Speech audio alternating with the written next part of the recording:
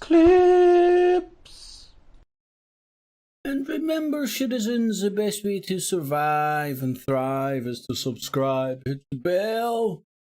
1995. Plus shipping and handling will keep you out of hell. Alrighty, boob tubes, another one of Kip's clips. So, I'm watching the news. And watch a wee bit of the parallel universe. We'll have a look at Western media, particularly BBC today, but shake it up at different points and compare it to what RT's telling you. So, telling you what the other side are not telling you. And they're both telling you the truth. Anywho, in the afternoon, one and all. The button. Right, I'm going to get straight into it. And again, anybody who wants to watch RT in the Western censored states for free without having to pay for a VPN over on Chrome, and it's called V, like VEEPN. Be clever, I thought. I think that's what it's called, and it's free. It's the first one that came up in the search for add-ons into the Chrome browser. And that's the one that seems to work best for me. And click on it. I go to Russia. Boom shakalaka, turn it on. Go to the RT UK website, rt.com. Click on the live thing. And it takes you to a page with all the YouTube links. And up the top, you can choose RT America, UK, so on and so forth. Just anybody that wants to know how to watch this bad boy. Oh no! First my tits in. I need to remember to stop doing that. Все, давай. Теперь все будет хорошо. Дай Бог нам всем мира. The possibility of escape, but that is. Go, my name is Peter Scott, and to the programme. As the conflict in Ukraine enters its 12th day, let's take a quick look at some of the latest developments. The third round of diplomatic talks between Kiev and Moscow is due to begin today in Belarus. And of course, we'll keep you updated on how those negotiations are progressing. Meanwhile, Moscow slams Kiev for breaking agreements on humanitarian corridors, as officials haven't notified people about those leading to Ukraine and Belarus. Ukrainian officials insist safe exit routes remain shut as they believe the evacuation of people to these states is unacceptable. And over in Europe, energy prices break all-time records amid sanctions against Russia, with the Ukrainian president now urging the West to boycott the import of all Russian oil and petrol products. People's energy prices are close to double here in the UK, and people I know of and stuff, man, and it's an absolute nightmare. And that's only going to worsen, isn't it? Moving forward with Captain Planet and the downfall of Putler. There was a huge explosion at Lugansk oil depot early this morning. This unverified video shows a raging fire and huge plumes of smoke rising into the sky. Local authorities blamed a Ukrainian missile strike, saying they hit 2 fuel tanks. Reportedly, no one was injured in the incident. RT correspondent Maria Finoshna has the latest. We here in Lugansk this morning woke up from a sound of massive explosion. We rushed to the windows to see this. You now can see black smoke, but there was blaze before that as well. Firefighters are currently working on the ground to fix it. And now we hear from local military authorities that the city's oil depot was hit by, they say, .U missile. This is a high-precision tactical ballistic missile that they say this time was fired from around the city of Severodonetsk, some 75 kilometers from where we are now. This is where the front line lies. And indeed, they believe Ukraine's armed forces are behind the attack, and they strongly condemn targeting civilian infrastructure. We haven't heard any comment. It's not civilian infrastructure, it's an oil depot deep in the heart of a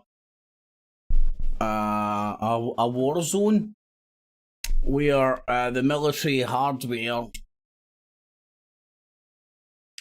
you know, the stuff that goes brum brum, armor, needs petrol, it needs go faster juice, and that would make that depot, which is in the heart of the People's Republic of Donetsk or whatever, a legitimate target.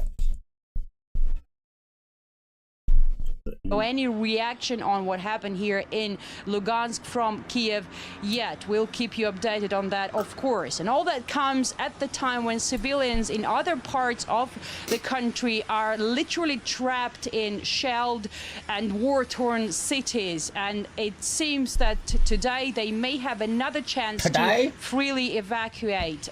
Russia's President Vladimir Putin says that Russia announces ceasefire starting 10 a.m. Moscow time everywhere here on the ground, and open humanitarian corridors for innocent civilians to leave from the cities of Kiev, Kharkov and Sumy in the country's north, and the city of Mariupol on the Black Sea. And I said another chance because there was another attempt to allow civilians to leave these cities, but it didn't work. It failed because shelling never stopped, and there was information that people were not allowed to use humanitarian corridors, with both sides, both Moscow and Kiev, accusing each other of violating ceasefire. But this time, Vladimir Putin says Russia informed all international organizations and, of course, Kiev about this humanitarian effort, and Russia is going to use drones, many of them, to provide security for civilians, and they really hope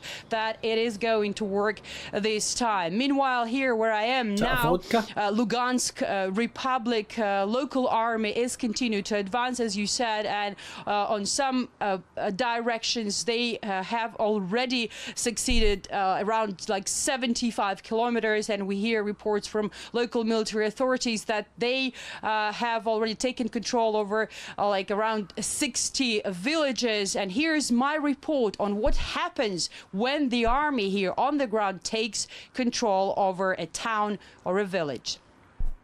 Fighting, attacking, advancing, capturing ground.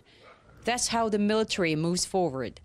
But what happens next is perhaps even more important. Clearance. This is what the army has to do in every village they take control of. They check every street, every house, especially destroyed, to make sure there are no explosives. A common tactic by the Ukrainian army is to mine areas they retreat from. This one is already cleared. But what's also crucial is the careful checking of those who remain. Civilians are, of course, free to go, but all those affiliated with the military are detained for further investigation. This is what happened to Tatiana, a former nurse in the Ukrainian armed forces. Tatiana hasn't seen her daughter in 5 days. That's how long it took for the Lugansk Republic authorities to check and make sure she poses no threat. Now the fighting has moved on. Официально вы все еще военнослужащий армии Украины, правильно? Я туда не собираюсь. Мы писали расписки о том, что уже служить как бы не будем. И все, я уже гражданский человек, и возвращаться я туда не собираюсь. A colonel in the Lugansk army personally returned Tatiana to her family. Apparently, this is the first time this has happened. At least in Lugansk, all prisoners of war are said to be detained until hostilities are over. Все, кто не имеет крови на руках, кто сложил оружие, They're good. I'm big, you're small. They stink, we don't. You get the flavour.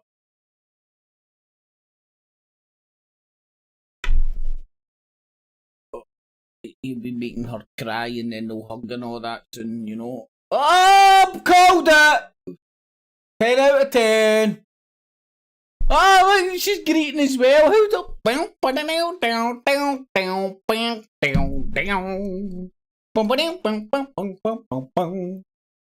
See, Russia today is just as shameless as the West, man, if not worse. RT America is the worst, but hey ho.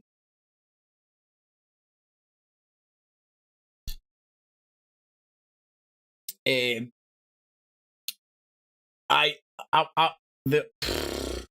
almost had me last night with my heartstrings, man, and it was. They were talking about Russia's indiscriminate shelling, killing people, and then they showed civilians getting shelled. Then it showed you blurred out. Now, I'm pretty sure it was Western media, not RT, but it could have been RT, I'm not 100% sure. Whatever side it was, showed basically a dead Mo and Dan, a wee girl, fucking lying in the street, you know what I mean? Fucking had me, man. Brutal fucking see flashing those images across your screen. That's fucking abuse. Alright, Martin. Alright, Davo. And old Pete River in the afternoon, gentlemen. Right, let's see. And the TV tower.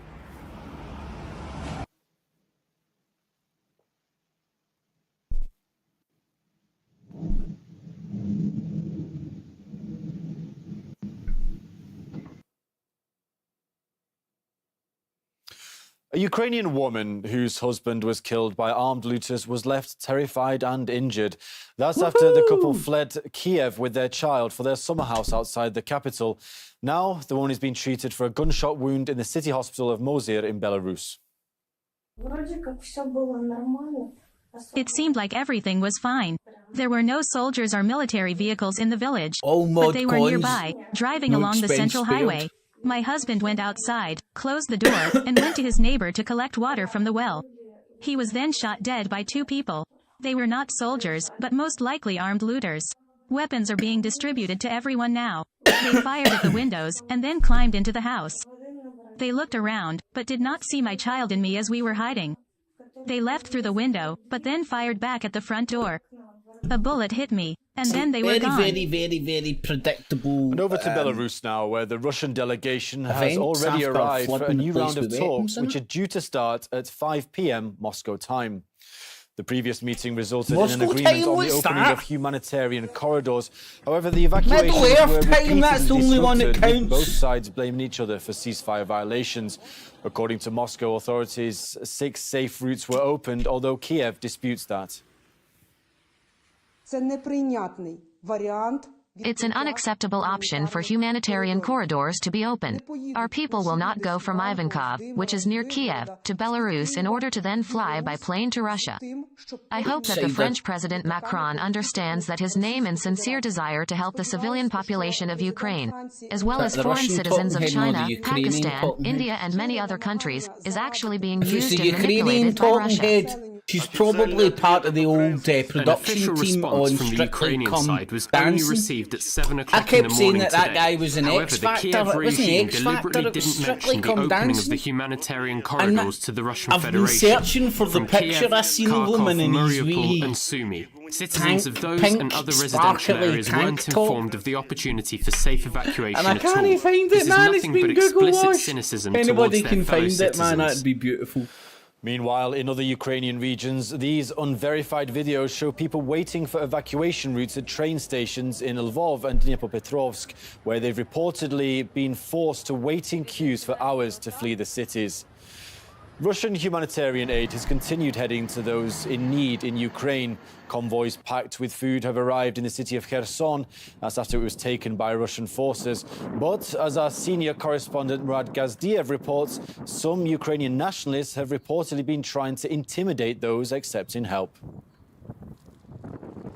In all these areas now under the control of Russian forces and where humanitarian aid is being delivered, we see the same scene being repeated. And that is hundreds, thousands of people queuing at distribution points for desperately needed food. And always a handful of spoilers appear, most often with mobile phones to film what they're doing. They'll stand there and shout insults at Russian troops or the masses queuing for desperately needed food. They then upload that footage to social media or friendly Western media outlets to create the impression that Ukrainians are against Russian aid, when it couldn't be further from the truth. Across liberated areas of Ukraine, convoys of Russian aid, food and essentials are an increasingly common sight. Hundreds of tons have been loaded and sent to Ukrainian cities and communities on the verge of starvation. But some people would rather see thousands starve. In queues that stretch for hundreds of meters, you'll find them holding phones in people's faces. I get the idea. I want to talk about some footage I seen the other day, man. And again, right, like it was yesterday. I wish I was taking notes. Hopefully, it might be even on today. It was footage reportedly showing refugees leaving.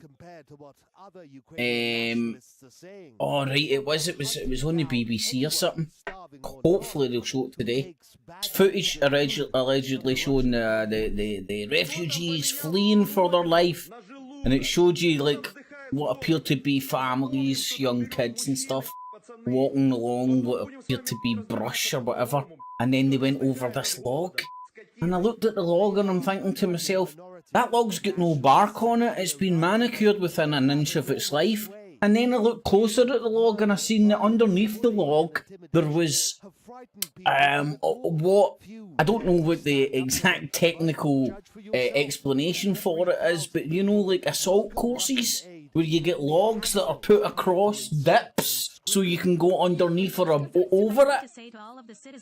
So it was a military assault course. Well, it was an assault course with military on it, with camera footage reportedly showing refugees fleeing for their life. Now maybe the refugees' path to freedom was through a military camp or a military assault course or something, which tend to go round in circles in the middle of fucking nowhere.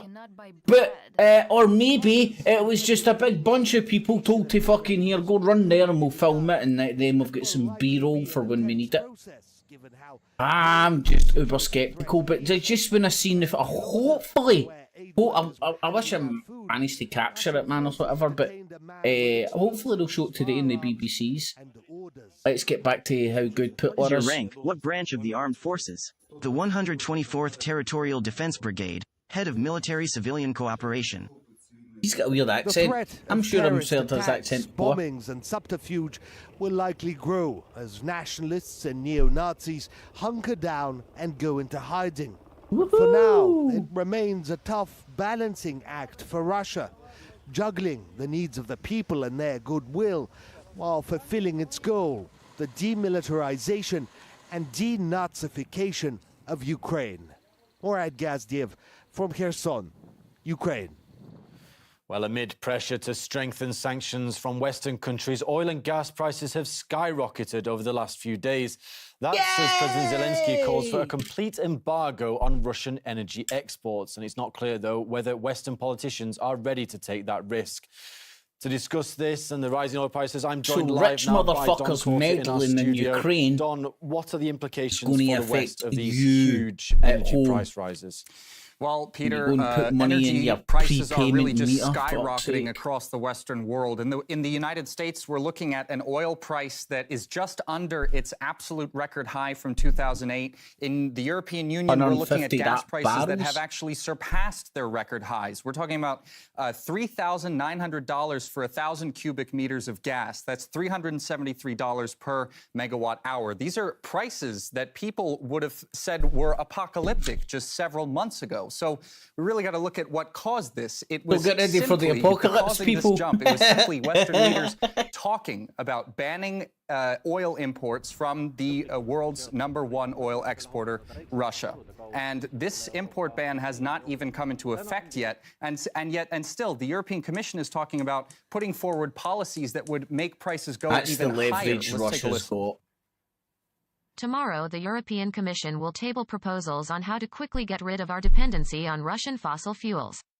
This means diversifying suppliers, switching to liquefied natural gas and pipeline gas, repowering the EU by investing in renewables, improving energy efficiency. Now, I think it goes without saying, returning to these energy policies that Europe had before this Russian military operation, before these prices got to this point, it was a... Can I just say something here as well, right? See with all this shit that's going on, and it's becoming more obvious to your average Joe on the street, how important global energy supplies, oil, gas, are worldwide, and to local, national, worldwide economies.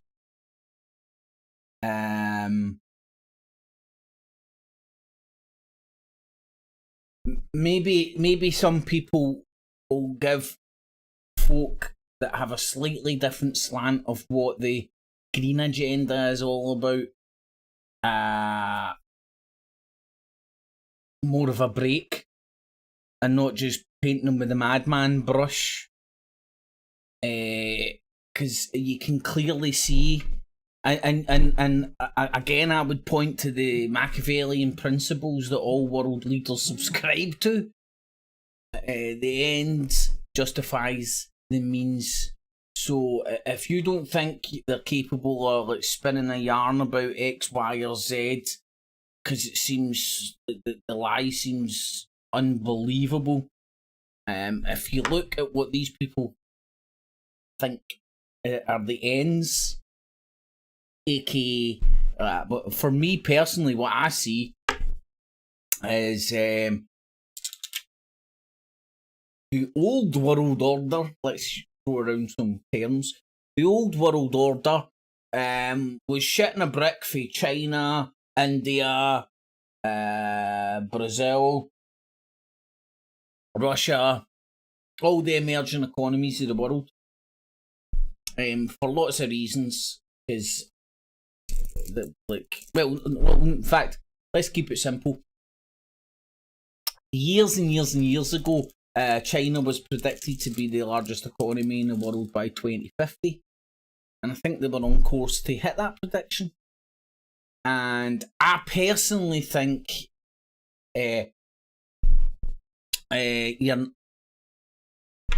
I'm not naive, but I think people who don't think this is a thing are naive to think that the richest, most powerful people in the world who would be losing that power as China emerged as the largest economy aren't going to do something to fuck China over. I'm putting that in simplistic terms, but basically keep China's economy down. Now, the people who are the richest in the world got there by going all over the world, fencing off all the best resources, the stuff worth the most money, saying it's theirs, buying the locals,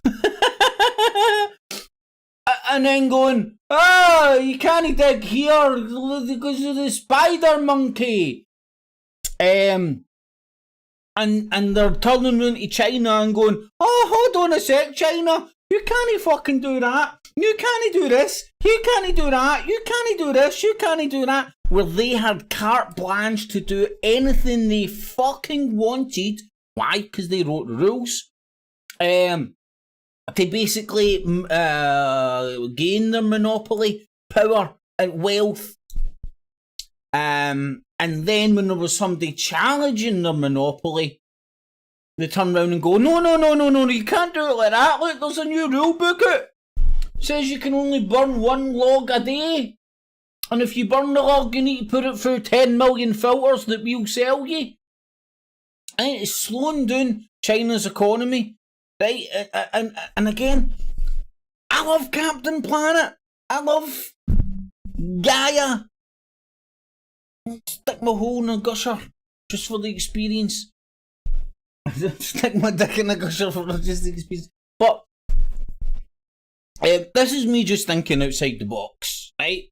And again, I love the planet. I want to save it. Kumbaya and all that shit. But is it just a coincidence as China was ready to fucking fuck the West in the ass, economically speaking? The West turns round to China and the rest of the world, India and all that, and go, hold on, you want to burn wood and develop your economy, brown and yellow people? No. We need to set up committee after committee after committee with projections of computer models straight from Optimus Prime, straight from fucking T-1000's fucking hymn sheet. And you need to follow that. Okay, Mr. Yellow Man. Okay, Mr. Brown Man. Yeah, we slaughtered you. Not only did we use the humans we didn't kill as slaves to get this monopoly and power and wealth and all this territory, governments, countries, pseudo-countries that we all now own. But it's okay, because neo-colonialism and all that, man, it's just a coincidence that fucking European countries have their troops dotted all around Africa. Just a coincidence. Because we gave that shit back, because it's not allowed anymore. You get me? Anyway, sorry, that's just a wee side rant there. But actually, and I'm not saying that's right, by the way. I wouldn't put all my eggs in one basket. It's just a strong possibility. And I think it's more of a possibility than a lot of the other arguments that have been offered up. But hey ho, I'm just a bit skeptical and dumb.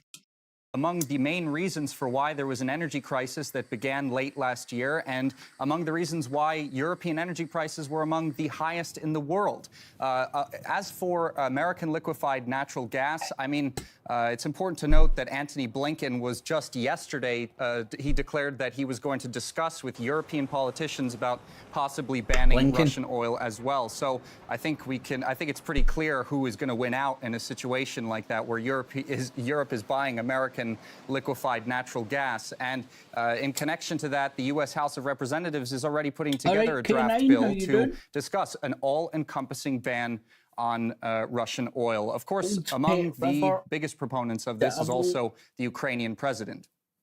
If the invasion continues and Russia does not abandon its plans against Ukraine, then a new sanctions package is needed against the war. There should be a boycott of Russian exports and a rejection of oil and oil products from Russia. This can be referred to as an embargo, or you could just call it a moral choice.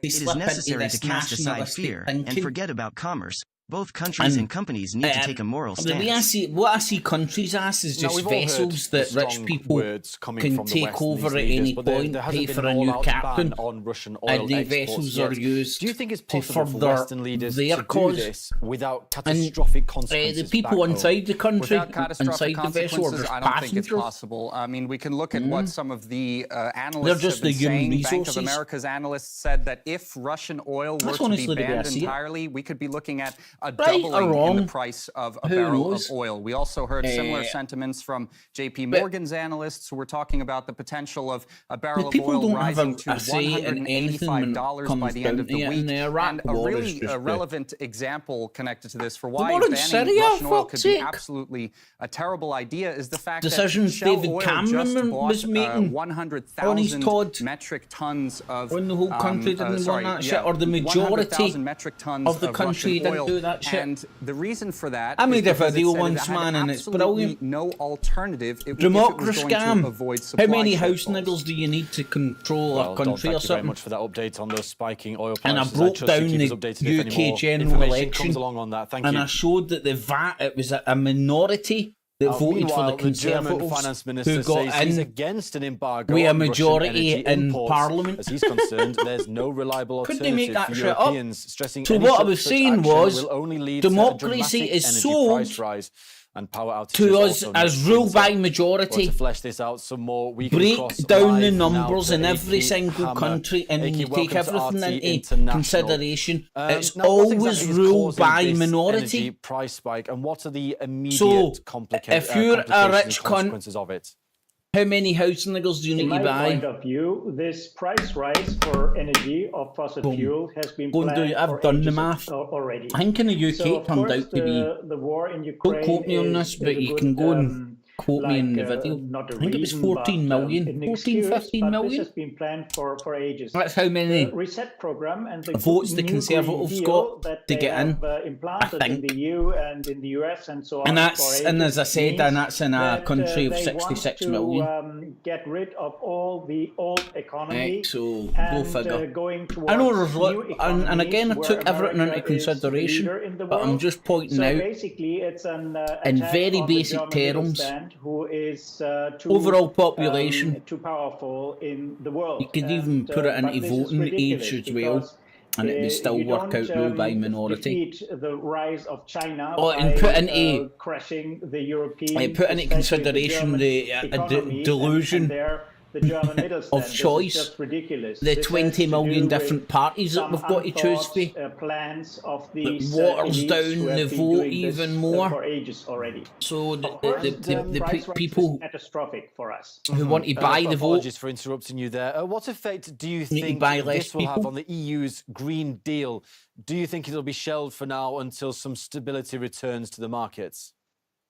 What I think is by destroying the German middle stand, by these high energy prices, will destroy the entire European Union, because the European Union is nothing else but a plundering club against Germany since the beginning. So when German economy is faltering, all the others will falter too. The French and the Spanish and the Italian and so on and so on. So what we will get is the big crisis everybody wanted across the ocean in New York and so on. So what we will see now is that with these price increases, the entire financial system will fall apart. And I think this could already be the stone that brings everything into a crash. Well, and talking of which, The we know stone that that brings consumers everything in into a Europe crash? have already had to pay, record That prices over the well-known winter. German saying, eh? Do you think this could lead to political or social unrest? Yes, of the price increase. Come on! Already, go to an That's what Hitler and Russia are hoping for. unrest in the population. That's why they try to make propaganda on the war and blame for everything Russia. But German this will people not talking help, about because propaganda, it's afterwards just no the- right. the It's still entire no been financial long enough, system in is, it no. falling apart, Goebbels is just and still the too huge fresh. amount of debts, and this is the big bubble that has to be burst. And all the American analysts and so on tell it already for years that this has to happen, and this is what happened. And of course, in the end of the day, is unrest, is maybe even civil war. And this is exactly what the powers that be in Brussels want. Well, and moving across the Atlantic to America, obviously petrol prices in the US are at their highest since 2008, and we do know there it's in are upcoming Hanover. midterm elections. Do you really think the Biden administration is ready to take the risk of banning Russian oil imports, given the potential impact it could have over there? I think so, yes, because they can't everything do that it. came from this administration. What says, mark my words, they can't. Germany can't do it. In my sense, it was run. They by get about Greek 30% of their fucking gas and not thought from to the end. So I can imagine that they would Russia. try to make it, but. If America, and I think they might, by the way, if America had enough gas to fill that hole, in the US don't know how to pay their bill anymore. Germany currently do not have the in infrastructure to receive it. Due to these sanctions, They need to do a bit of stretching. Who are not really necessary. But no, they need to build hundreds of infrastructure overnight, man. But not well thought through, I think. To the best of my limited knowledge. Thank you very much for your input on those skyrocketing prices and the potential fallout of them. Thank you very much. Woohoo! Yeah, baby. The Washington Post is claiming Ukraine has been publishing photos and videos of prisoners of war in a bid to demoralize Russian society. In many of the images, soldiers' corpses can be seen burned, ripped apart, mangled in wreckage or abandoned in snow. Now those prisoners are interrogated by captors about the invasion as they shake with emotion. Some of the men sit crumpled, hands bound, eyes blindfolded. Triggling lots of fuckers. Sing it again. Привет, кися.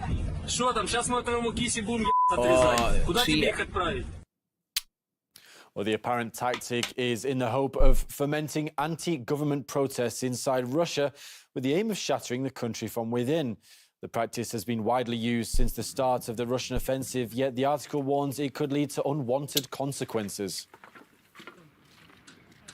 But the tactic also could be interpreted as a violation of the Geneva Conventions, which say governments must at all times protect prisoners of war from insults and public curiosity. It could chip away at Ukraine's ability to hold Russia accountable for violating international law. Former US Marine Corps intelligence officer Scott Ritter says such actions are a violation of the Geneva Convention and questions whether outside influence could be at play.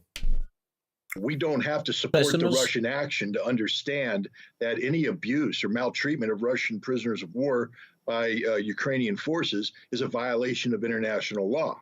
I mean, we spend a lot of time accusing Russia of violating international law, and yet here are our ostensible allies, friends, people we trained, by the way, who are violating international humanitarian law by abusing these prisoners. And people say, well, they're not really abusing, they're just, they're filming them.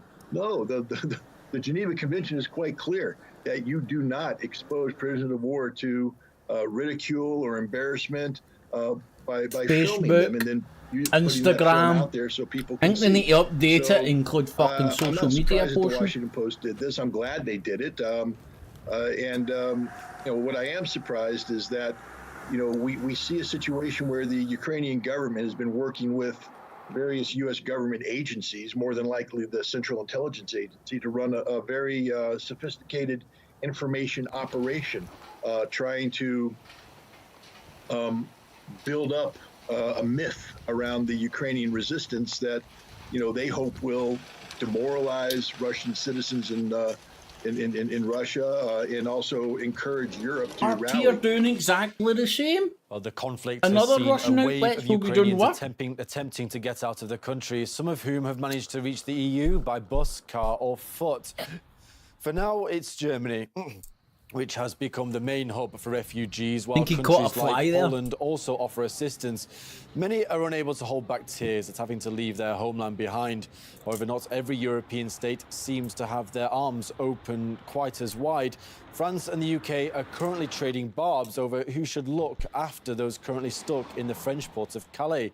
Paula Sleer looks at the West's reaction to the refugees. Hundreds of thousands of Ukrainian refugees are crossing into Europe in what the UN calls the largest migration crisis in a century.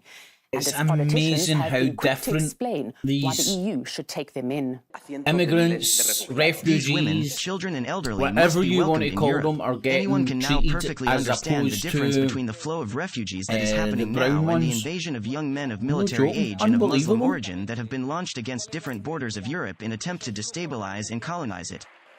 If you're still in doubt, the corporate media dots the I's and crosses the T's. It's very emotional for me because I see European people with blue eyes and blonde hair being killed. This isn't a place, with all due respect, like Iraq or Afghanistan. This is a relatively civilized, CBS, relatively European. I have to choose those words carefully too. Relatively European, we were in a European city, and we have cruise missile fire as though we were in Iraq.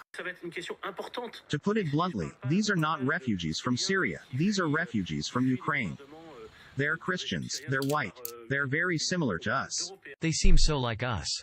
That is what makes it so shocking. Ukraine is a European country. Its people watch Netflix and have Instagram accounts. War is no longer something visited. That's what makes you European. Hello? Hello, what's your name? Mohammed. Okay, Mohammed, do you watch Netflix? Yes. My favorite show is Better Call Saul. No. My favorite show is Homeland. Okay, Mohammed. That makes you half European. One more question to confirm your Europeanness. Do you have an Instagram account? Oh, why, yes. It's called Al Qaeda. .com. Oh, man. Upon impoverished and remote populations. Surely a little racist for such progressive countries, not to mention the fact that the crisis is at least in part down to the failure of Western diplomacy and foreign policy. When it's Syrians or Africans on a boat, these countries didn't even try to integrate them. They reject even the chance that anyone brown could assimilate. Your skin is too dark. You couldn't possibly eat borscht. But this disparity is not only about racism. Ukrainians fleeing violence and heading to the West are refugees, while Ukrainians fleeing violence and heading to Russia to seek refuge are just migrants, apparently second-class citizens, despite looking the same. What about the bombing of Yugoslavia, also a white Christian nation comparable to Ukraine? It was celebrated, not condemned, in large part because NATO itself was the aggressor. Just remember this and compare it to this. Spot the difference? It seems the West is okay with dividing people between those who are worthy and those not worthy.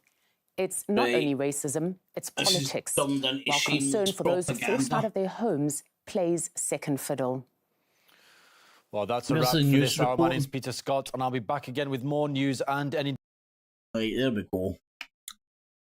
Now, hey, he was on RT the other day. Tim Bolton. Right, BBC does a lot better timestampy thingy. So, top forever. One belts. 13-year high after the US said it was discussing a potential. Authorities say rocket attacks have continued on.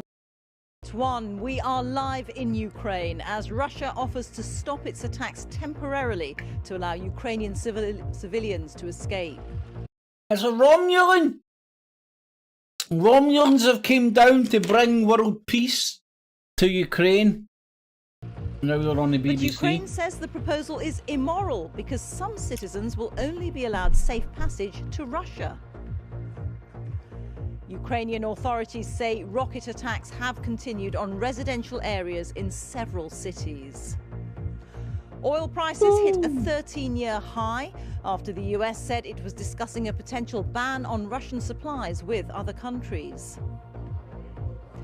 Boris Johnson holds talks with the Canadian and Dutch prime ministers as Western powers prepare to agree more sanctions on Russia amid more criticism of the government's refugee policy. Clearly what's happening now is that Putin is doubling down on his aggression and he is deciding to attack in a pretty indiscriminate way. That's producing huge waves of people. We're going to have to respond to that. And we... More than 1.5 million people have fled Ukraine so far. 1 million of them have gone to Poland in the 12 days since the Russian invasion began. And separated by war, but now this British-Ukrainian family is finally reunited. And stay with us on BBC News for continuing coverage and analysis from our team of correspondents in the UK and around the world. I don't know how much my heart's going to be able to take of this. The Western media is sickening right now, man.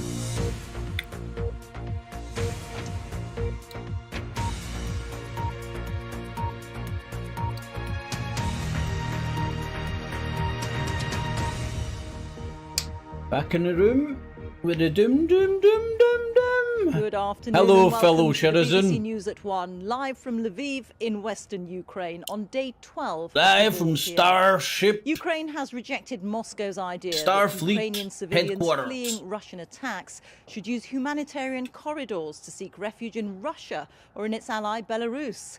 The government in Kyiv said the proposal was completely immoral and that people should be allowed to escape to territory held by the Ukrainian military. 2 attempts to evacuate civilians over the weekend ended in failure, with Russia and Ukraine accusing each other of violating a humanitarian ceasefire. Ukraine authorities say that rocket attacks have continued on residential areas in several cities. A third round of talks is expected to be held between Ukraine and Russian negotiators in the next hour. Well, this map shows the areas, here in red, where the Russians are now said to be in control. The port of Mariupol, where tens of thousands of civilians are trapped, is especially important as it ensures Ukraine's access to the Black Sea. But the main concentration of Russian forces is still around Kyiv, and there are fresh warnings from Ukraine authorities of an all-out assault on the capital. Well, our correspondent James Waterhouse has just sent this report from Kyiv. Barrier easily are defended, you know, with city and region not dropping its guard. Bottlenecks. Army chiefs think Russian troops are about to launch an all-out offensive on Kyiv, and they're not exactly going to get the red carpet treatment. While the defenders look outwards, citizens are going the other way, towards the centre, escaping Russian mortar fire on the western outskirts of the city. This guy's the most pointed part of Russia's advance here. On the BBC, and he today Moscow tried to also present as an opportunity. They announced temporary ceasefires to let people evacuate surrounded cities across Ukraine, including Kyiv. The eventual destinations? Belarus or Russia, the facilitator and architect of this brutal invasion. So will people at the capital station be tempted to go the other way? Never, especially to Russia, no. It's better here or to the European countries, but not to Russia. They don't have Netflix or Instagram. What am I meant to do in Russia? The vast majority of people are heading this guy west here to cities like Lviv. What Ukrainians tell you is they don't want to be under Russia's control, let alone in it. Other locations listed on these Russian humanitarian corridors are Kharkiv, which has endured days of heavy fighting. Look at this university. The musician Mariupol in the southeast is another location. There were 2 attempted ceasefires over the weekend here. They both lasted less than an hour. Ukraine has described Russia's proposals as immoral.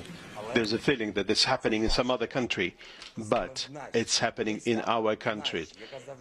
Exactly, in our country. Can you imagine the Prime Minister being on Strictly Come Dancing? Which always wanted peace most of all. How many more losses and deaths we need? Whereas the invaders continue to blame so-called Ukrainian nationalists for breakouts in fighting.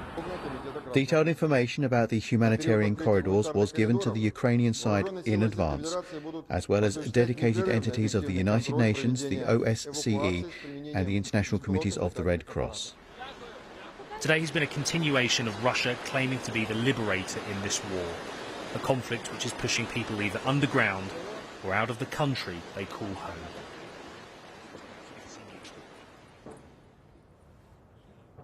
And we can talk to James in Kyiv now. James, such a fearful situation for people there. What is the city bracing itself for next? I think what we're seeing, Rita, in the western outskirts of this city, if you look at Irpin, where we saw civilians coming under mortar fire as they tried to escape, they were running inward to the city, possibly to go on elsewhere, possibly to head underground. Putin sending and this is what his... Kiev is preparing Putin itself sending... for. The further out of the city you go, you see more heavier defences, more signs of a military presence, barricades in the road, soldiers looking along the horizon, looking out to what might be coming. And this is what we're seeing as ever replicated, or in some cases more advanced in other parts of the country. You saw Kharkiv there, you saw Mariupol, places which have had heavy bombardment. Something about his... I don't know, man. I think he's went to the school of hypnosis. I think he's got an all-seeing eye in his palm and he's gonna go Shazam. Seeing a brutal back and forth in fighting to the south, and this as a city once more not relaxing. James, thank you. James Waterhouse there reporting from Kiev. Oh, we've got enough fucking mad-ass Polish military cunts up here, assessment man. of the fighting says These that Russian European forces fucking are maniacs. deliberately targeting Ukraine's communication systems to prevent people from getting access to reliable information. American military sources have said that the Russians are still... Hold on a sec, man. I want to savour this, man. I missed that wee bit of fucking gold. Right, let's get... Reporting from Kiev. Well, the latest British military assessment of the fighting says that Russian forces are deliberately targeting Ukraine's communication systems to... Oh my god! Hold on a second. Tell them to go online and use a VPN. Fuck's sake. Can these cunts even fucking hear themselves? They do understand that, like, a lot of people are watching this shit on fucking council TV. The same council TV that up until a couple of weeks ago had fucking RT on it until they pulled the fucking plug on that. So what's Russia having to go back to the decade by fucking blowing up fucking TV fucking aerials? What the fuck? Come on to fuck. Romulan, here, star fucking date, fucking wake the fuck up. Prevent people from getting access to reliable information. American military sources have said that the aka the BBC Russians are still meeting strong resistance and that they haven't secured full control of Ukrainian airspace. Our diplomatic correspondent Caroline Hawley has this update on the advance of Russian forces. So let's have a look now at the latest map of how things are on the ground. Yes! I think they should get Andy Gray to start doing this, you know, like the old style fucking Monday Night Football, you know, inject a wee bit of fucking drama and shit into this war, man, you know. Get some sort of a wee fucking pen on the screen there where they can draw circles round. I think the military's going to attack from here. Come in from the right. Pa! Bam! Whoosh! Wow, blow them out the fucking sky. Here, we got some footage. Yes, let's go to the instant replay of the young boy losing his head. Yeah, as we can clearly see here, the missile comes in and BAM! What a strike. So, I think that's the way they should approach this shit. It's not far off. The red areas in the east, south and north of Ukraine are controlled by Russia, and the striped areas are where Russian forces are still advancing, still meeting strong resistance. Here you can see some of the... My god, this is like your geography teacher trying to fucking tell you about fucking, I don't know, sex or some shit, innit, man? What the fuck is this fucking shit? Key cities, the capital Kyiv, where, as you've heard, there's been... Kyiv? Where the fuck is Kyiv? I've never heard of Kyiv before in my fucking life. Intense fighting north of the city. And then here in the south, Russia now controls significant areas as it's... They should get the old weather guy from live TV. The wee midget on a bouncy castle. That would definitely inject something. Do you know what? They should. Because like we're talking about war, man. It's all so serious, you know what I mean? We're going to have to show you pictures of fucking these dead bodies. So we might as well get the midget on a trampoline back. Don't call it a comeback! Boo! It's just bouncing all over the gaff. Pushed east and north out of Crimea, which it occupied in 2014. President Zelensky has now warned that Russian forces are close to the historic Black Sea port of Odessa and that they're preparing to bomb it. For the Ukraine... Oh, right. Hold on. Let's keep score. Are we going to even get them? Are the BBC in this a half hour? This is the 1 o'clock news, man. This is the shit that sets the agenda for the rest of the day. Are we going to get them to say Corona? How many times are they going to say Corona? Right? How many times are they going to say World War III, World War II, and Hitler when talking about Putler? And how many times are we going to get them to talk about nuclear holocaust or nuclear? Let's keep score. I think it's a 0 all round so far. In government and aid agencies, the urgent priority is now to get civilians to safety as the humanitarian situation worsens by the hour. The port of Mariupol has been under siege for several days now under what's been described as relentless bombardment. Hundreds of thousands of people are trapped in the city with no water, no electricity, very little food. It's too dangerous for people even to bury their dead or get the wounded out for treatment. Over the weekend, 2 ceasefires failed. This is one of the proposed evacuation routes for civilians to leave Mariupol, but most of the humanitarian corridors that the Kremlin is offering lead to either Russia or its ally Belarus, i.e. into enemy hands. And the Ukrainian government has described that as immoral. Caroline Hawley reporting. The United Nations has said that more than 1.5 million people have now left Ukraine since the Russian invasion began. Our correspondent Yalda Hakim is at a refugee shelter here in Lviv for us now. Yalda. A shelter? She's at a shelter?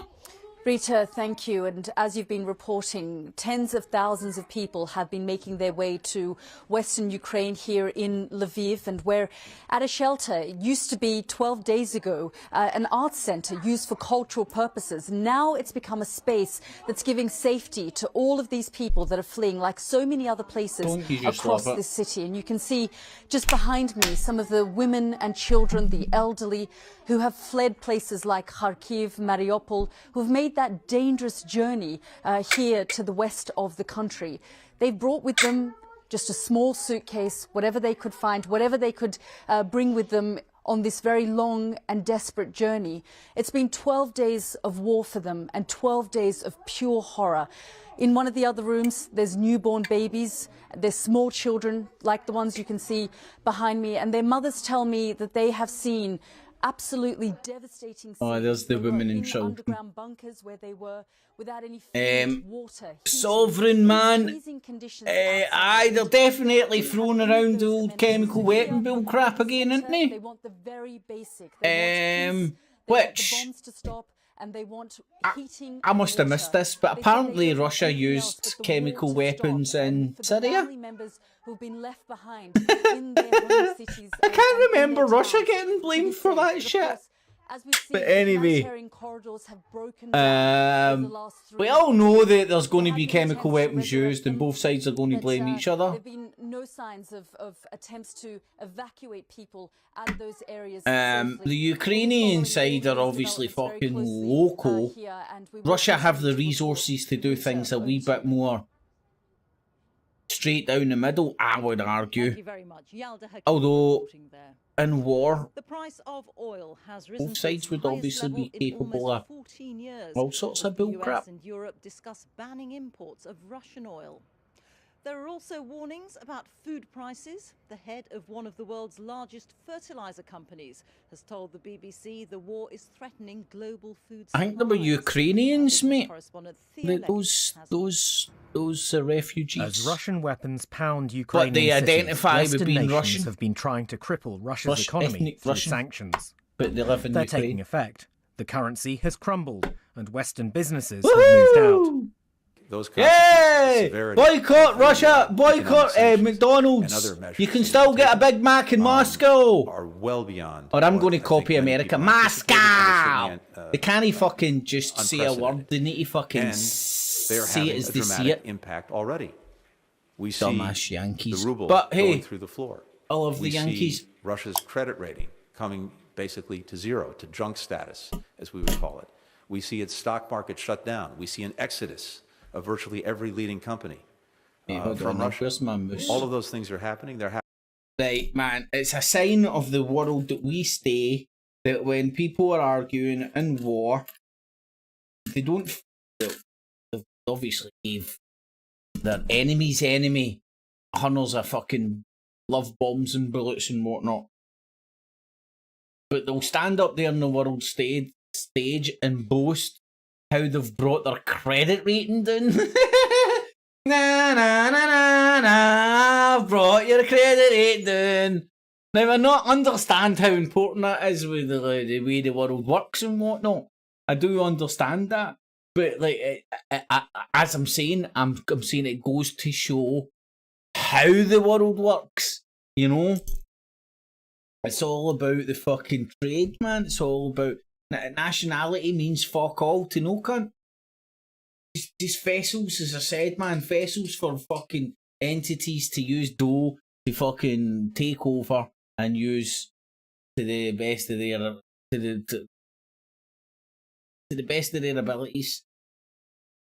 The most that they can do to get away, to get away with as much as they can get away with. There was somebody in the chat earlier on talking about how is it Soros and all that, fucking all the big players have all fucked off to China and investing in China and stuff and whatnot. And why wouldn't they? The ultimate goal for countries is to get the most productive citizens, aka slaves, that they can. So see all this shit, smart meter this and fucking working practice that and working practice this. It's just to get more productivity out the fucking slaves. That's why to make it a more a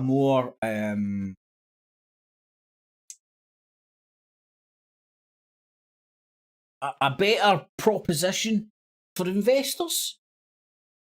You know what I mean? Like, where are the invest? Like, if you've got money in a big company and you're going to open up a fucking office, where are you going to Spain, where they have a siesta every fucking 2 hours? You can't get half an hour workout each day. Or the shitty of London, where they're fucking rats in a maze, where you can't get them to stop fucking working. Just keep them fucking perked up with cocaine and fucking lager. You know what I mean? You're going to invest in the shitty city of shit. Shitty city of shitty. The city of London, city of corruption. And ultimately, like, that's what I think the fucking green thing's about as well, man. Not only to try and put the kibosh on fucking rising economies elsewhere, but also to make current economies more productive, to get more bang for your buck, to make it a better proposition, a more positive proposition. I fucking can't find my words properly. A more attractive proposition, that's what I'm looking for. A more attractive proposition to investors. Call me a simpleton, but it's about business in it and getting more out the rats in the maze. Happening in real time. But there's a problem. Russia is still making hundreds of millions of pounds every day from exports of oil and gas. Now the US says it's talking to its European allies about banning imports of Russian oil. And as a result, prices on global markets are shooting up. This is what's been happening. If you look here, a couple of weeks ago, before the conflict in Ukraine began, the price of oil was around $90 a barrel. Can you remember the prices going through the roof before the conflict? Huge increase in a very short time. Never going through the roof. And we're seeing the same thing on the gas markets. A couple of weeks ago, the price of wholesale gas in the UK was about 200 pence a therm. Today, it went up to nearly 800 pence a therm. That's a massive increase. And high energy prices really matter. The cost of petrol and diesel is already at record levels, but that may be just the start. If we're talking about here in the UK, it has consequences for household energy bills, for your gas. It has consequences for the cost of electricity that we generate, a lot of which comes from gas. And it has consequences for heavy industry, where we make, again, a significant use of natural gas for high temperature process heat. So it really does ripple through multiple sectors for the UK. But energy isn't the only problem. Russia and Ukraine are major wheat exporters, but right now those supplies are cut off, driving up food prices. And Russia is also a key supplier of fertilizer products. Without them, food production elsewhere will fall, and people within the industry say that will be a catastrophe for the world's poor. They are the ones that have been hardest hit by climate, they were very hardest hit by COVID, and now this comes on top. It's the catastrophe on top of a catastrophe. For Western nations, sanctions are the best tools available for putting pressure on Russia without taking military action. But their effects certainly don't come for free. I've and noticed it's the the poor who are fertiliser likely going to up. pay the highest price. Theo Leggett, BBC News. Meanwhile, the list of companies pulling out of Russia continues to grow. Two of the world's biggest accountancy and business consultancy firms, PwC and did they say KPMG, have cut the their fish Russian supper was branches double from their bubble global because networks. the shit in American Ukraine? Express has joined Visa and Fuckers. MasterCard in shutting down its operations there. Netflix has also stopped its service in Russia, and TikTok has suspended all new video uploads and live streams in the country. More than 5,000 What a bunch people of were arrested virtue at signalling anti-war protests in more than fucking 60 cities dick across fucking Russia weeds, yesterday, man. according to the monitoring group OVD Info. Videos on social media show demonstrators chanting. Do you know what they're doing? They're forcing people who want to use these services to use a VPN because nobody's that fucking stupid. They don't they're unaware that there's ways around this. And what's a VPN? A VPN's basically just like a fucking. It's like instead of using your gateway to the internet, it's using somebody else's. And when you're using that somebody else's, they know every single bit of traffic that you're requesting, and they're gathering a big database. So do you know what VPNs are?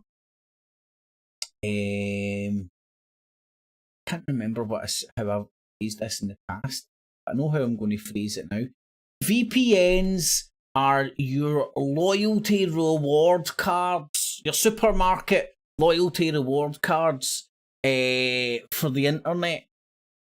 Everything you fucking do is on your wee fucking pass. So every time you go through a VPN, they're bagging and tagging your name, your account, and what you've been looking at through your VPN. No saying like, oh, it's deep state Illuminati spying on you or anything like that. What I'm saying is that information is valuable. That's why you'll get free VPNs. They're free because the information they gather is valuable and they're still making money. It's still a business model. Just like your loyalty reward cards in supermarkets. Which I use, by the way, because it's good getting those wee tokens through fucking every so often, man. I hear a spy on me, man. See how crazy I am with my shopping habits. Anyway. No to war, and Ukraine is not our enemy. It was double the size, one benefit of Fukushima. Protesters have been detained since the conflict began. Well, we'll have more from... Well, sovereign man, free energy for all. The sooner it comes, the better, mate. But it ain't coming anytime soon, I don't think. I think the best we can hope for is renationalisation of the energy market. That's what I would do. But some would say I'm a bit of a commie when it comes to things like that. Here in Lviv later in the programme, but for now, it's back to you in the studio. You're watching BBC News. I'm Mariam Mashira. We are, come on, Corona, nuclear Armageddon. The Russian invasion of Ukraine. During an emergency parliamentary session on Ukraine last week, Germany's Chancellor Olaf Scholz announced drastic measures that would have previously been unthinkable, including an additional $113 billion for the German army. Well, it's arguably one of the biggest... Oh, yes, man. Germany's building up their army. What could possibly go wrong? Woo! I thought we'd fucking still had those motherfuckers under fucking wraps. You stick to fucking making fucking cars and fucking sausages. You scary bunch of bastards. Your language alone fucking scares the fucking bejesus out me. In Germany's post-war foreign policy. Before the invasion of Ukraine, such a militaristic stance would have been unacceptable for most Germans. But in a recent poll, 78% of Germans agree with the transformation in foreign policy. Fuck's sake, every house in Ireland is getting a couple of refugees. Fuck. Appalled by war. Is it getting forced on people, mate? It can't. Surely they can't turn around and fucking force motherfuckers into your house. This is a nation shaking off its past. Right, come on, we've no had Hitler, World War II, or Corona yet. Teresia Krona, a climate activist, now sees a new threat to her future. Oh, fuck's sake, she wasn't happy fucking sucking off Captain Planet, now she's jumping on the fucking... Is there anything this girl doesn't want to protest? Is she good looking? Children, we were told that Europe is the safe, the safe space. We are in peace. We are secure, and this has changed quickly. A new German generation, politically engaged, are against war and against the oil and gas Putin profits from. What's clear is that Vladimir Putin's war is, just in the space of a few days, changing. Good. Cut off the oil and gas, and all you fucking morons can freeze to death over the fucking what's remaining of this winter, you fucking backward rejects. Fucking morons. Germany profoundly. Old certainties gone, new approaches being adopted fast. In the parliament, policies some decades old have been ditched. The Chancellor has suspended a key pipeline almost ready to pump gas from Russia. Arms are going to Ukraine and €100 billion will be spent to upgrade the military. In Berlin, memories of the world wars Germany unleashed are so the German military is happy. Everywhere. What's left of the railway station, from where in the Holocaust Jews were transported to their deaths. Right, there's World War II. Ding! Even get a wee Holocaust in there as well. The memorial to the millions of Russian soldiers who died to defeat Germany. In recent times, German elites thought they could partner Russia. No more. We have seen that this assumption that as long as we stick to diplomacy and as long as we keep engaging with Russia, they will also engage with us and they will refrain from taking military action, from threatening the European security order. I think that this conviction is now shattered. The wall that once divided Berlin is gone, replaced by a nation that's grown comfortable. They thought wars were a thing of the past. So Germany has prosperity, but no longer the certainties that underpinned it. Make it a better place. A more realpolitik-based approach to foreign policy, not one on visions and dreams and aspirations. And I think that is not a bad thing for Germany in these turbulent global and European times. Polls show more than 2/3 of Germans back the shift. For some, it's not enough, though others are uneasy at Germany rearming. 100 billion is way too much. A good protester. Way too little, way too slow.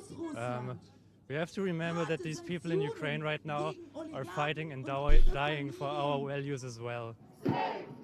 European values, in defence of which a new Germany is awakening. Grammaticus, BBC News, Berlin.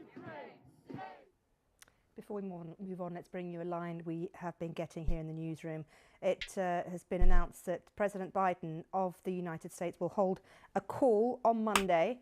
That's sometime today with leaders President from Biden France, of Germany as and Iceland coming in from the White House. The leaders of France, Macron, Olaf Scholz and Boris Johnson will be holding a telephone call with President Joe Biden at some point later on Monday, of course. We are also expecting a press conference later, including the Canadian PM and also the leader, Mark Rutte of the Netherlands, and Boris Johnson at some point later in the afternoon. So again, diplomacy continuing between world leaders. Exactly, K9. Ukraine war has never been a thing of the past. It's just has been several hours. Marketing's moved on. Ceasefire was actually due to come into force in parts of Ukraine. Wag the dog has become more evident. Areas which are besieged by Russian military forces. Yet it seems the two sides can't even agree. Oh, I want to, like, you need to pay to get Wag the Dog unless you get an illegal download.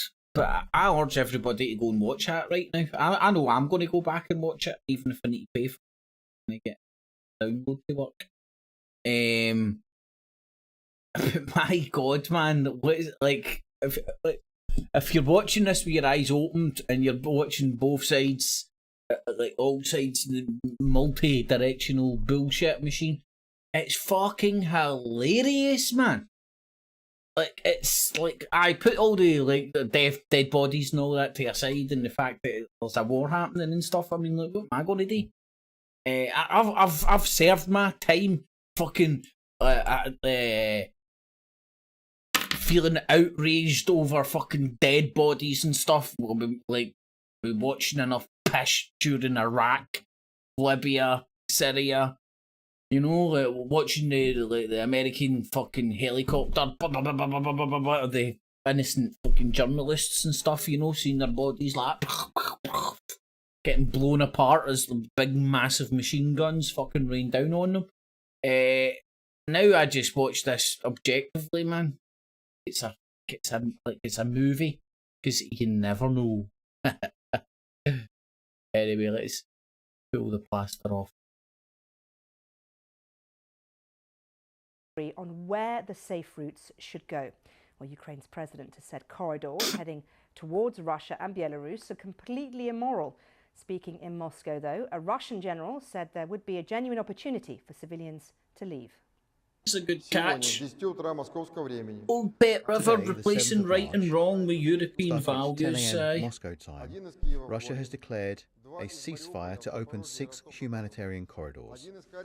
The first is from Kiev to Homel.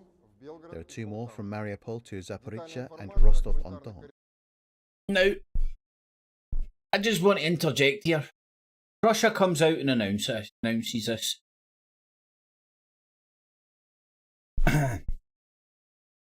The Ukrainian side now has an incentive to fuck this ceasefire up and make it look like Russia fucked it up. And vice versa. So when and if this ceasefire fucks up somehow, some way, I'm not on the ground to know what happened. What I do know, though, is I'm fairly confident, and a lot of people agree that it was the West that set up the snipers on both sides during the...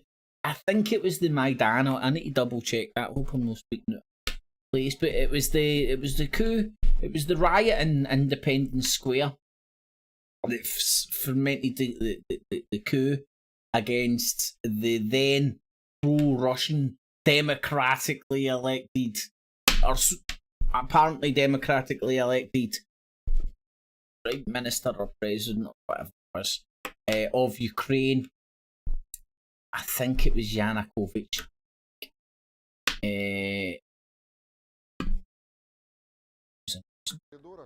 One is from Kharkiv to Belgorod, and there are 2 from Sumy to Belgorod and Poltava. Detailed information about the humanitarian corridors was given to the Ukrainian side in advance, as well as dedicated entities of the United Nations, the OSCE, and the International Committees of the Red Cross. Well, in his latest address, Ukraine's President Volodymyr Zelensky again condemned Russia's attacks on civilians and renewed his demand for aircraft and more military assistance. It's scary to look at the ruined... Give me Air Force! Multi-story I need Air Force! I get no pirates! But I need Air Force! With grenades, missiles against people there's a feeling that it's happening in some other country, but it's happening in our country. Exactly, in our country, not anywhere else. In our country, which always wanted peace, most of all. How many more losses and deaths we need to incur?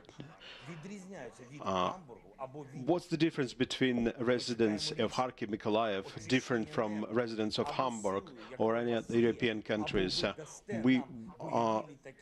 Either you give us the fact that they're in Europe and Ukraine isn't in Europe. Air defense facilities providing us necessary force. It's the assistance the world should provide to us, not only just to Ukraine, but to themselves, to prove that humanity will win.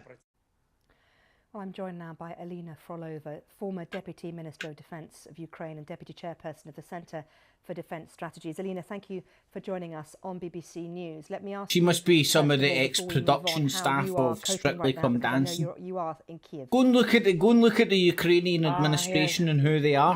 Good afternoon, probably, or good morning, everyone. A lot of the ex-production staff of Strictly Come Dancing, when the current Prime Minister won, are now in administration. Production staff! It's literally Wag the Dog who fucking actually got TV production staff. Like a land operation.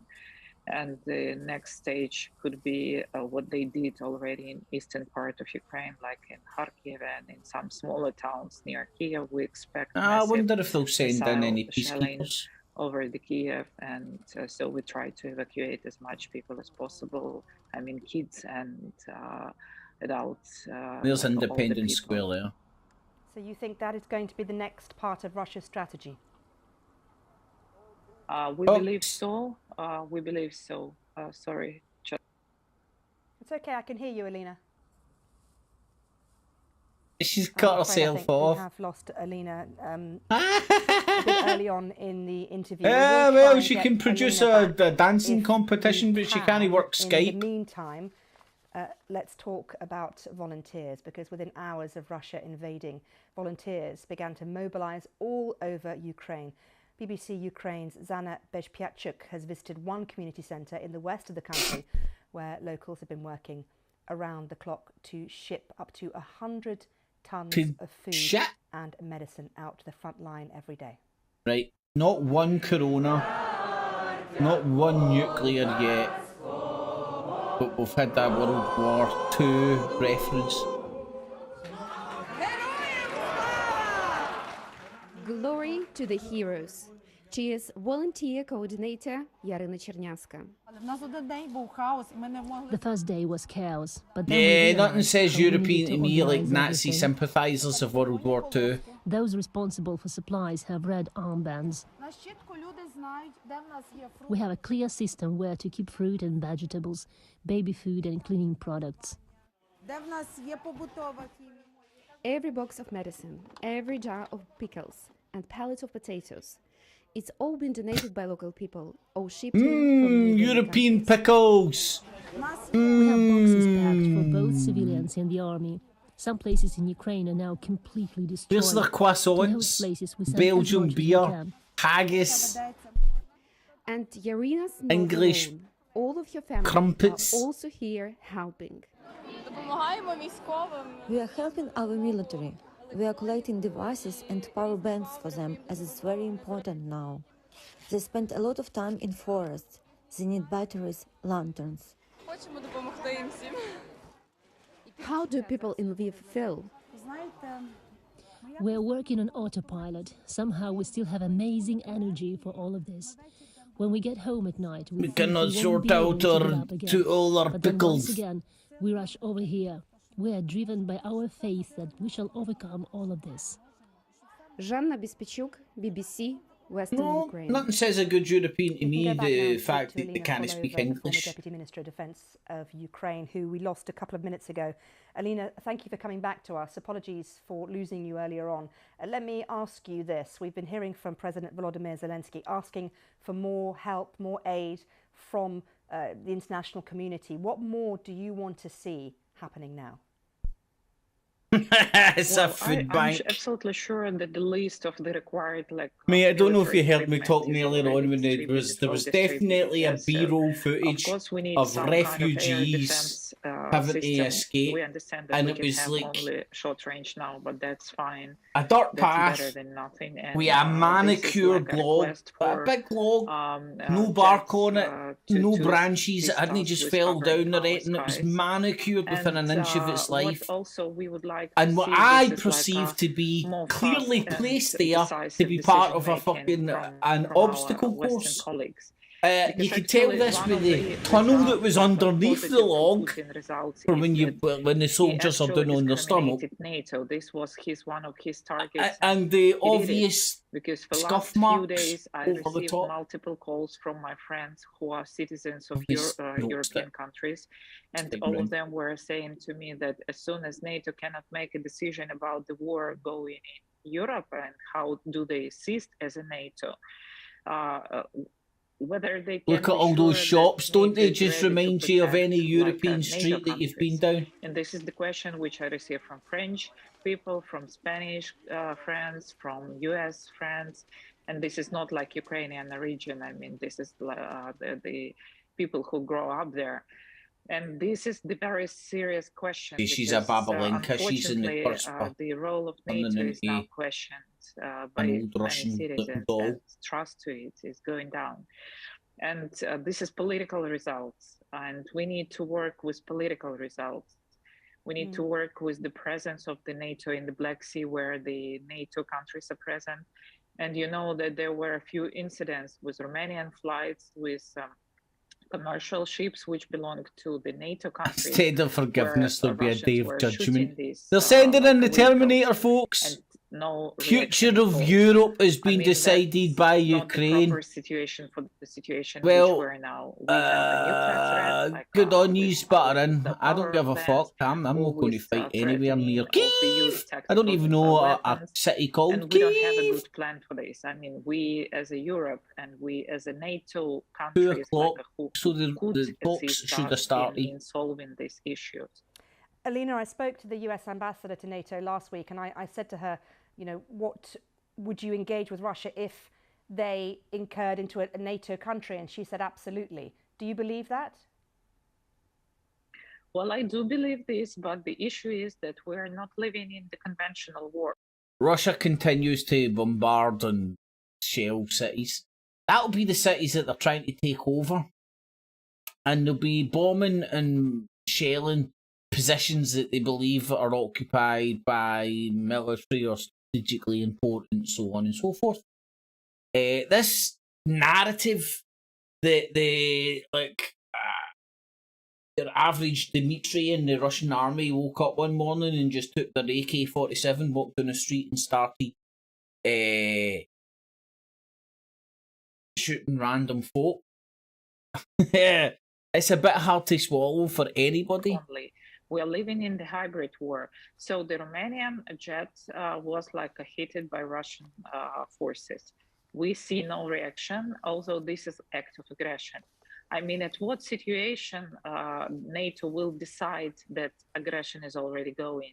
And this is the question mark, yes, because it can be like a quite different situation and difficult situation in which you need to identify that aggression has already started. Plus, you know, that from strategical point of view, it's much easier. Right, hold on. NATO will you know, what reaction at all. I mean, that's not the situation for the situation. I just want to double check this isn't got the footage that I was talking about in it. Where Russians were shooting these like vehicles, and no reaction at all. I mean, that's I don't know if I'm not having the proper flashback situation earlier on. the situation which we're now. We have a nuclear threat, like with our nuclear power plants, or with threatening of the use tactical nuclear weapons. And we don't have a good plan for this. I mean, we as a Europe and we as a NATO countries, like who could assist us in solving these issues. Alina, I spoke to the US ambassador to NATO last week, and I said to her, you know, what would you engage with Russia if they incurred into a NATO country? And she said, absolutely. Do you believe that? Well, I do believe this, but the issue is that we're not living in the conventional war only. Oh, look at it's there! This is it! Brilliant. Right, hold on. Right, watch this. Like a Sorry, I was distracted there. I was trying to do too many things at once. Alina, I spoke to the US ambassador to NATO last week, Right, and I said to her, you know, what would you engage with Russia if this is the footage I was talking about, man. This is brilliant. A NATO country, and she said absolutely. Right, look. Do you believe that? Hey, is it just me? That? Look at that. I don't know. That looks more like an assault force than well, I do refugees believe this, escape. But the issue is that we're not living in the conventional war only. We are living in the hybrid war. So the Romanian jet was like hit by Russian forces. We see no reaction. It's almost like put there for a photo op, you know what I mean? I mean, at what situation NATO will decide that aggression is already going? And this is the question mark, yes, because it can be like a quite like there it's back there. Why is there a fucking in which you need to identify that aggression has already started? Anyway, plus you know that from strategical point of view, it's much easier to enforce now Ukraine and to solve the issue here before you let all these like freaky people come to the territory of the NATO. And strategically, it would be right.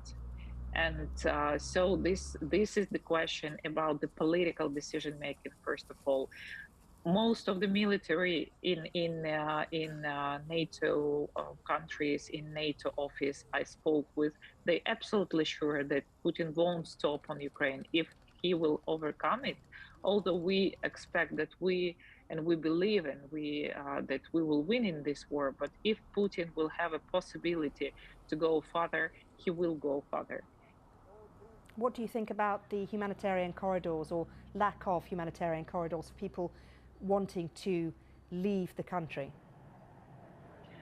I think that we cannot. Well, that's half-hour mark, so I'll let her. Any agreement they are keeping and following. So for last few days, few humanitarian. If it was up to America, we could actually let them wrap up. They started to shoot the civilian population while evacuation. That They was started last 2 days already, and we lost a lot of people, civilian people, who were killed during. Right. Please, Hen, honestly, right, listen, I know you're sitting up there as a talking head, you've got a job to do, and you're saying what you need to say, but in all honesty, if I caught you down the boozer, man, drinking your vodka, and I said to you, why are they shooting innocent people randomly? Indiscriminately. They've got a fucking army to fight. You know, they've got other targets that they can go and fucking start actually or shooting at them and stuff. Why are they indiscriminately shooting civilians? Why? And why is RT showing us like fucking hundreds of civilians going over to Russia and living their camps and all that shit? Fucking double barrel bullshit. None of these talking heads that are part of the institutions that are fucking ball deep in this fight can tell you the truth, because it's not their job to do so.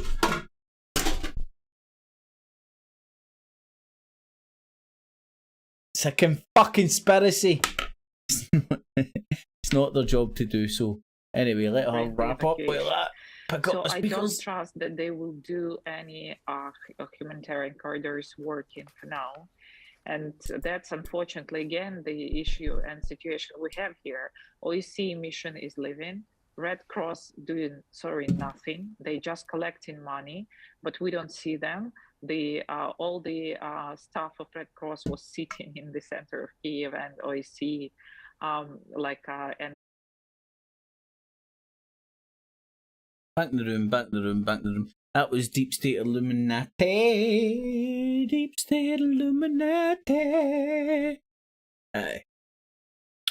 Anywho, I don't know where I got to, what I was saying in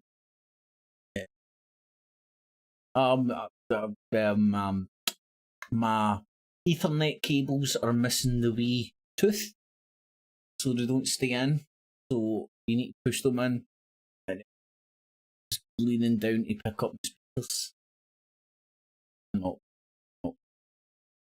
I knocked my plug to my brain out. But anywho, I'm going to make sure you thumbs it up if you do get a giggle and appreciate what I'm doing. I showed you at the top of the show, anybody that wants to access RT themselves using a simple free VPN on Chrome. Most people have that. A bare minimum, I suppose. You can get a VPN on Firefox, but that one didn't seem to work as smooth for me as the one on Chrome.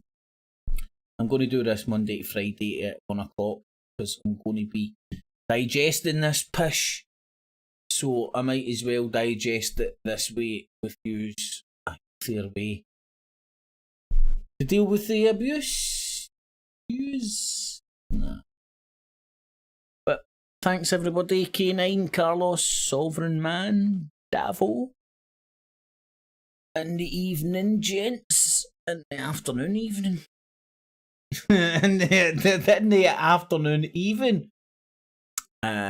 Old Pet River was in as well. Age of Crocodilla, how you doing? Micmac was in as well as Void. And IE Media, Elusive Exposure Media, which I need to write down and put in front of me. Canal touch bases at some point. Continues. As I said, I'll be here every afternoon. JavaScript. Wag the dog. I showed that earlier on, man. You can't get it on for free on the Netflix and all that shit. You need to pay for it. You need to rent it or buy it on Amazon, iTunes, or you go and get a torrent if you can get torrents to work. Still nowadays. Torrents is a pain in the ass, and I don't know if the facility still exists, but go and check out Martin's IE Media's YouTubes, and you should, assuming, get links to all the avenues to get a hold of his podcast.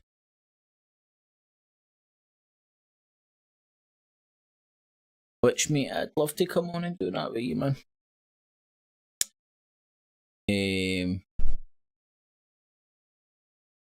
So I don't know. I've not watched Wag the Dog in at least like 2 years or something. When you could get it free on Netflix.